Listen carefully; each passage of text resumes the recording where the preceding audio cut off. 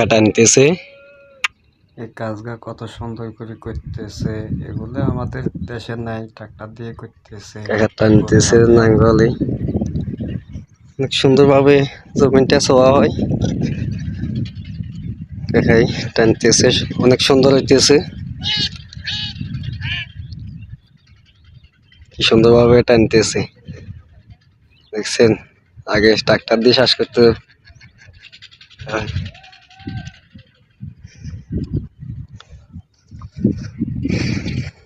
গাড়ি যেতেছে, এটা কাকা আবার সাফ করে।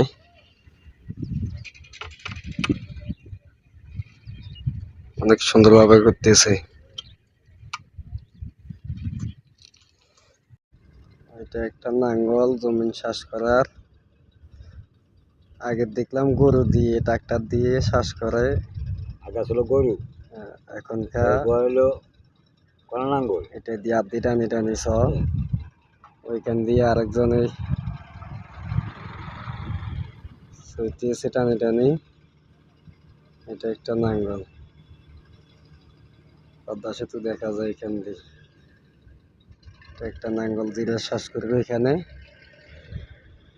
সইছে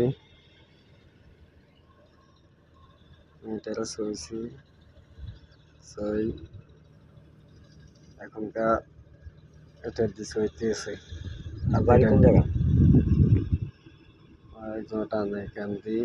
কাকা এখানে বসে বসে নাঙ্গল দিয়ে জমিন চাষ করতেছে, জমিন ছেতেছে নাঙ্গল। এখানে জিরে চাষ করবে। জিরে কাকা না অগির ধরেন যেটা দাম বেশি, তো দাম বেশি। দাম বেশি গেল। হ্যাঁ, ধরেন এই যে অনেক 500 টাকা কেজি আইব। এই বীজ হ্যাঁ, বীজের থেকে কত করে বীজ দিন আমরা? যেমন এই যে 1 কেজি জিরার দাম 400 টাকা কমে আনতে পারবো না। 400 টাকা। হ্যাঁ, আচ্ছা, ধরেন এক বিঘা জমিনে 6 মণ জিরা হইব। কত জমিনের মধ্যে এখানতে? না, কোন কাজ ধরেন আমাকে হয়েছে